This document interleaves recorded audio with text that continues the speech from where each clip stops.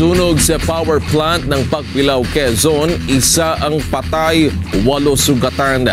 Magbabalita si Martin Banaag.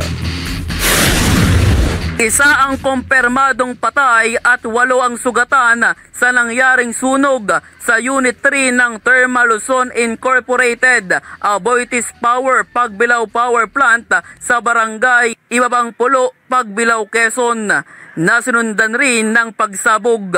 Ayon sa inisyal na investigasyon ng BFP at Pagbilao MPS, nagsimula ang apoy sa tripper house at coal dust collector facility ng planta kung saan aksidenteng sumabog kaya nasugatan ang 9 na personnel mula sa Safety, Health and Environment at Emergency Response Team ng planta.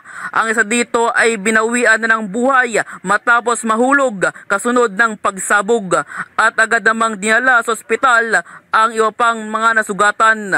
Ang isa dito ay kailangang pang ilipat sa ospital sa BGC, Manila matapos magtamo ng 4th degree burn na ngayon ay nasa ICU para sa masusing gamutan.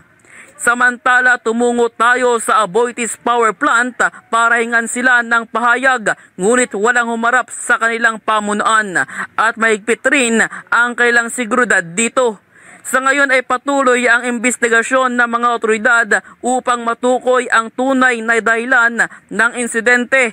Nanatiling namang operational ang 2 generating units ng planta habang sinuspindi pansamantala ang operasyon ng apektadong unit para sa safety inspection. Naganap ang naturang sunog nitong Biyernes pasado alas 9 ng gabi at pagsapit ng alas 6 ng umaga ng Sabado ay diniklara na itong far out. Martin Banaag para sa Mata ng Agila. Matatag, matapang, matapat.